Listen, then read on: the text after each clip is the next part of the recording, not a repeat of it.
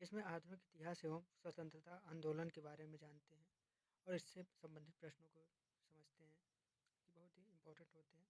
तो आइए शुरू करते हैं। पहला क्वेश्चन है, कलकत्ता मदरसा भारत में राज्य संचालित शैक्षिक संस्थान द्वारा स्थापित किए गए थे। ए. लॉर्ड विलियम बेंटिंक द्वारा, बी. सैयद अहमद खान के द्वारा, सी. लॉर्ड वेलेस्ली के द्वारा, डी. लॉर्ड वारेन हेस्टिंग के द्वारा। तो इसका सही उत्तर क्या हो जाएगा? तो इसका सही उत्तर हो जाएगा ऑप्शन नंबर, आइए हम समझते हैं क्या हो जाएगा। ये है Warren, option number D, Warren Hasting के द्वारा स्थापित किया गया था। तो वारेन हेस्टिंग 1772 ईस्वी से 1785 ईस्वी तक बंगाल का अंतिम गवर्नर और बंगाल का पहला गवर्नर जनरल था। इसके शासनकाल में हुए प्रमुख कार्य हैं। पहला, बंगाल में द्वैध शासन की समाप्ति 1772 ईस्वी में हुआ था। द्वितीय, रेगुलेटिंग एक्ट के तहत कलकत्ता में उच्चतम न्यायालय की स्थापना 1774 ईस्वी में हुआ था। तीसरा, प्रथम आंग्ल मराठा युद्ध 1775 ईस्वी से 1782 ईस्वी तक हुआ था। और चौथा, द्वितीय आंग्ल मैसूर युद्ध 1780 से 1784 ईस्वी तक हुआ था। और कलकत्ता मदरसा की स्थापना 1781 ईस्वी में हुआ था। छठा है, बोर्ड ऑफ रेवेन्यू राजस्व बोर्ड की स्थापना तथा कोष को मुर्शिदाबाद से कलकत्ता लाया गया था वारेन हेस्टिंग के द्वारा के शासनकाल में। इनमें से कौन सी रचना रविन्द्रनाथ टैगोर द्वारा संगीतबद्ध नहीं की गई? एक, ए एकल चलो रे, बी आमार सोनार बांग्ला, सी चित जेथा भय शून्य, डी एक कदम कदम बढ़ाए जा। तो इसका सही उत्तर क्या हो जाएगा? तो इसका हो जाएगा ऑप्शन नंबर डी, कदम कदम बढ़ाया जा। इसके बारे में जानते हैं। कदम कदम बढ़ाए जा नामक रचना रविन्द्रनाथ टैगोर द्वारा संगीतबद्ध नहीं की गई थी। यह सुभाष चंद्र बोस द्वारा संगठित आज़ाद हिंद फौज का तेज कदम ताल गीत था। इसे सन 1942 में कप्तान राम सिंह ने संगीतबद्ध किया था। यह आगे चलकर भारत में एक लोकप्रिय देशभक्ति गीत बन गया। भारतीय सेना का कदम ताल भी गीत भी यही है। एक अखिल इस्लामी आंदोलन तहरीक-ए-रेशमी रुमाल किस आंदोलन से शुरू हुआ था? ए बरेली आंदोलन, बी देवबंद आंदोलन, सी खिलाफत आंदोलन, डी वहाबी आंदोलन। तो इसका सही उत्तर क्या हो जाएगा? तो इसका हो जाएगा ऑप्शन नंबर बी, देवबंद आंदोलन। इसके बारे में जानते हैं। एक अखिल इस्लामी आंदोलन तहरीक-ए-रेशमी रुमाल देवबंद आंदोलन से शुरू हुआ था। इसके तहत रुमाल पर गुप्त संदेश लिखकर भेजा जाता था, जिससे अंग्रेजी फौजों को आंदोलन के तहत की जाने वाली गतिविधियों की खबर न लग सके। दारुल उलूम देवबंद की आधारशिला 30 मई 1866 ईस्वी को हाजी आबिद हुसैन व मौलाना कासिम ननौतवी द्वारा रखी गई थी। देवबंद वहाबी विचारधारा इस्लामी शिक्षा व दर्शन के प्रचार प्रसार के लिए जिम्मेदार थे एवं संपूर्ण विश्व में प्रसिद्ध हो गया था ये। महाभारत का अंग्रेजी भाषा में अनुवाद करने वाले पहले भारतीय कौन थे? ए टी.ए. सरस्वामी अम्मा, बी किशोरी मोहन गांगुली, डी वल्लभाचार्य, डी पंडित राम अवतार शर्मा। तो इसका सही उत्तर हो जाएंगे ऑप्शन नंबर बी, किशोरी मोहन गांगुली जी थे। इनके बारे में जानते हैं। महाभारत का अंग्रेजी भाषा में अनुवाद करने वाले पहले भारतीय किशोर मोहन गांगुली जी थे। 17वीं सदी में किस सिख गुरु ने दारा शिकोह को पनाह दी थी? ए गुरु हरगोविंद, बी गुरु रामदास, सी गुरु हर राय, डी गुरु तेग बहादुर। तो इसका सही उत्तर क्या हो जाएगा? तो इसका हो जाएगा ऑप्शन नंबर सी, 17वीं सदी में सिख गुरु हर राय ने दारा शिकोह की पनाह दी थी। दारा शिकोह शाहजहाँ का बड़ा बेटा और औरंगजेब का बड़ा भाई था। गुरु हरा राय का कहना था कि दारा शिकोह मुसीबत में थे। एक बच्चा सिख होने के नाते उन्होंने उनकी मदद की थी। निम्नलिखित राष्ट्रवादियों में से कौन सा युगांतर पार्टी का सदस्य नहीं था जो 1906 ईस्वी में शुरू हुई थी? तो इसका सही उत्तर हो जाएगा ए दादा भाई नौरोजी, बी अमरेंद्र चटर्जी, सी अरविंद घोष, डी सूर्यसेन। तो इसका सही उत्तर क्या होगा? तो इसका हो जाएगा ऑप्शन नंबर ए दादा भाई नौरोजी जी थे। इनके बारे में जानते हैं। युगांतर पार्टी स्वतंत्रता के लिए सशस्त्र आंदोलन करने वाला एक गुप्त संगठन था। अनुशीलन समिति के साथ मतभेद के कारण सन 1906 में युगांतर पार्टी की स्थापना हुई। अरविंद घोष, बारिंद घोष, अमरेंद्र चटर्जी, सूर्यसेन, भूपेंद्र नाथ आदि इस पार्टी के सदस्य थे। राष्ट्रवादियों में दादा भाई नौरोजी युगांतर पार्टी के सदस्य नहीं थे। सन 1946 में निम्नलिखित में से किस भारतीय राज्य में एक महत्वपूर्ण किसान आंदोलन तेभागा आंदोलन शुरू किया गया था? ए सिंध, बी असम, सी बंगाल, डी पंजाब। तो इसका सही उत्तर क्या हो जाएगा? तो इसका सही उत्तर हो जाएगा ऑप्शन नंबर सी, बंगाल में हुआ था। आइए इसके बारे में जानते हैं। तेभागा आंदोलन 1946-47 में किसान सभा, भारत की कम्युनिस्ट पार्टी का किसान मोर्चा द्वारा बंगाल में शुरू किया गया था। महत्वपूर्ण आंदोलन था जिसमें किसानों ने फ्लाइड कमीशन की सिफारिश के अनुरूप लगान की दर घटाकर 1/3 के लिए संघर्ष किया था। यह आंदोलन जोतदारों के विरुद्ध बटाईदारों का आंदोलन था।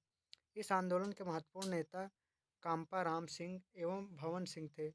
यह बंगाल के 28 से 15 जिलों में फैला, विशेषकर उत्तरी और तटवर्ती सुंदरबन क्षेत्रों में किसान के सभा के आह्वान पर लड़े गए थे। आंदोलन में लगभग 50 लाख किसानों ने भाग लिया और इसे खेतिहर मजदूरों का भी व्यापक समर्थन प्राप्त हुआ था। निम्नलिखित में से भारत के लिए यूनाइटेड किंगडम कैबिनेट मिशन 1946 के सदस्य कौन थे? P Pethick Lawrence, Q Stanford Cripps, R A V Alexander. Option है केवल पी और Q, B P Q R सभी, सी केवल पी और आर, डी केवल क्यू। तो इसका सही उत्तर क्या हो जाएगा? तो इसका हो जाएगा option number B, P Q R सभी थे। इनके बारे में जानते हैं। ब्रिटेन के प्रधानमंत्री एटली ने कैबिनेट मिशन की संस्तुतियों के आधार पर भारतीय संविधान का निर्माण करने वाली संविधान सभा का गठन जुलाई 1946 में किया था। इसके सदस्य Sir Stanford Cripps, Lord Pethick Lawrence तथा ए बी अलेक्जेंडर जी थे।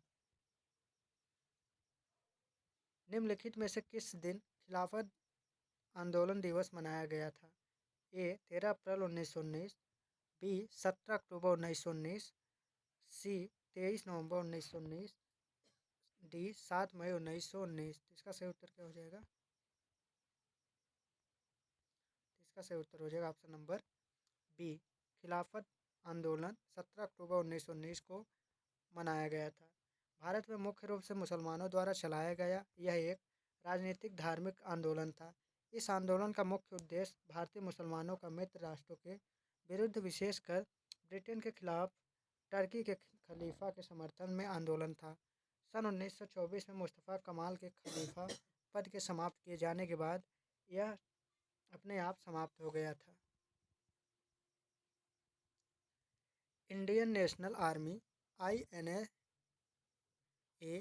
मुकदमा जो के रूप में लोकप्रिय है। नवंबर 1945 और मई 1946 के बीच INA के कई अधिकारियों के कोर्ट मार्शल द्वारा ब्रिटिश भारतीय मुकदमे थे।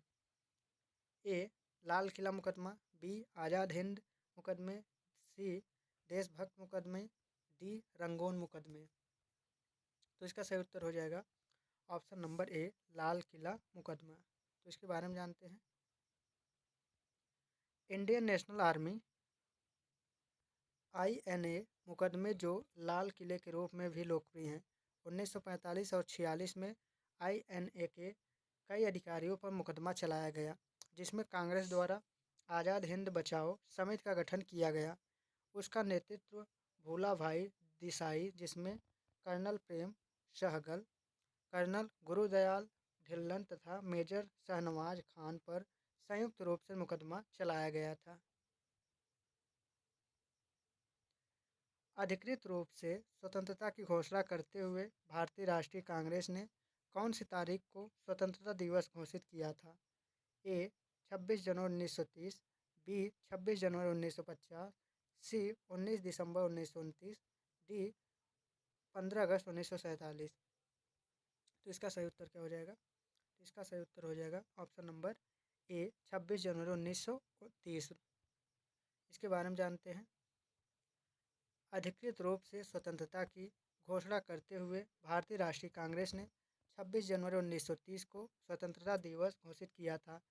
जवाहरलाल नेहरू की अध्यक्षता में 31 दिसंबर 1929 को लाहौर के रावी नदी तट पर कांग्रेस का वार्षिक अधिवेशन आयोजित किया गया। इस अधिवेशन में ऐतिहासिक पूर्ण स्वराज की मांग का संकल्प लिया गया तथा उस वर्ष से प्रति वर्ष 26 जनवरी को स्वाधीनता दिवस के रूप में मनाया जाने लगा है। किस देश से सुभाष चंद्र बोस अंग्रेजों के खिलाफ मदद लेने गए थे? ए फ्रांस, बी चीन, सी जर्मनी, डी अमेरिका। तो इसका सही उत्तर हो जाएगा ऑप्शन नंबर सी जर्मनी से। आइए इसके बारे में जानते हैं। भारत की स्वतंत्रता की लड़ाई में सुभाष चंद्र बोस अग्रणी क्रांतिकारी थे। भारत की स्वतंत्रता हेतु विदेशी सहायता प्राप्त करने के लिए बोस 1941 में जर्मनी पहुंचे। वहां जर्मन मंत्रालय की सहायता से उन्होंने द फ्री इंडिया सेंटर का गठन किया। द्वितीय विश्व युद्ध के दौरान उन्होंने जापान की भी सहायता ली। उन्होंने जापान के सहयोग से आज़ाद हिंद फौज का गठन किया था। रैयतवाड़ी भूमि राजस्व प्रणाली का संस्थापक होने का श्रेय किसे दिया जाता है? ए अकबर, बी अशोक,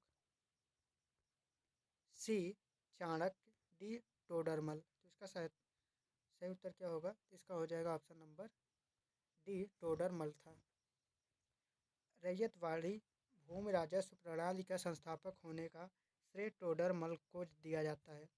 टोडरमल ने भू राजस्व के क्षेत्र में ख्याति अर्जित की थी। अकबर ने 1580 ईस्वी में टोडरमल बंदोबस्त आईने दहशाला नामक नई कर प्रणाली की शुरुआत की, जिसका वास्तविक प्रणेता टोडरमल था। इस प्रणाली के अंतर्गत अलग अलग फसलों के पिछले 10 वर्षों के उत्पादन और उसी समय के उनके प्रचलित मूल्यों का औसत निकालकर उस औसत का 1/3 राजस्व के रूप में वसूला जाता था। भगत सिंह और उनके मित्रों को किस मामले में गिरफ्तार किया गया था? ए सेंट्रल असेंबली बम कांड, बी डलहौजी स्क्वायर बम कांड, सी कैक्सटन हॉल में गोली चलाना, डी अंग्रेज अफसर जैक्सन को गोली मारना। इसका सही उत्तर हो जाएगा option number A central assembly bomb कांड में उन्होंने किया था। इसके बारे में जानते हैं। भगत सिंह एवं उनके मित्रों को सेंट्रल असेंबली बम कांड के मामले में गिरफ्तार किया गया था। साल 1929 में 8 अप्रैल को भगत सिंह और बटुकेश्वर दत्त ने केंद्रीय असेंबली में बम फेंका था। बम फेंकने के बाद उन्होंने गिरफ्तारी दी और उनके खिलाफ मुकदमा 6 जून 1929 को दिल्ली के सेशन जज लियोनार्ड मिडल्टन की अदालत में चला। 23 मार्च 1931 को भगत सिंह, सुखदेव और राजगुरु के साथ फांसी दे दी गई। भारतीय स्वतंत्रता के लिए बर्लिन समिति किस योजना के तहत स्थापित की गई थी? ए कनाट सीमा योजना, बी एनी लार्सन योजना, सी जिम्मा रेमन योजना, डी पनल रेटर योजना। तो इसका सही उत्तर क्या हो जाएगा? इसका हो जाएगा ऑप्शन नंबर सी जिमर मैन योजना। इसके बारे में जानते हैं। भारतीय स्वतंत्रता के लिए बर्लिन समिति 1915 ईस्वी में जिमर मैन योजना के तहत स्थापित की गई थी। इसका आयोजन वीरेंद्र नाथ चट्टोपाध्याय, भूपेन्द्र नाथ, लाला हरदयाल और जर्मन विदेशी मंत्रालय के सहयोग से किया गया था, जिसका उद्देश्य विदेशों में रह रहे भारतीयों को भारत जाकर क्रांतिकारी गतिविधियों को संचालित करने हेतु प्रेरित करना, हथियारों की आपूर्ति सुनिश्चित करना तथा किसी भी तरह भारत को उपनिवेशी शासन से मुक्त दिलाना होता था। भारतीय स्वतंत्रता संग्राम के निम्नलिखित क्रांतिकारियों में से किसे मास्टर दा कहा जाता था? ए. चंद्रशेखर आज़ाद, बी. सूर्यसेन, डी. बिपिन चंद्र पाल और सी. बाल गंगाधर तिलक। इसके सही उत्तर क्या हो जाएंगे हमें कमेंट करके जरूर बताइएगा। मिलेंगे नए वीडियो में। लाइक, सब्सक्राइब, शेयर करना ना भूलिएगा। जय हिंद, जय भारत।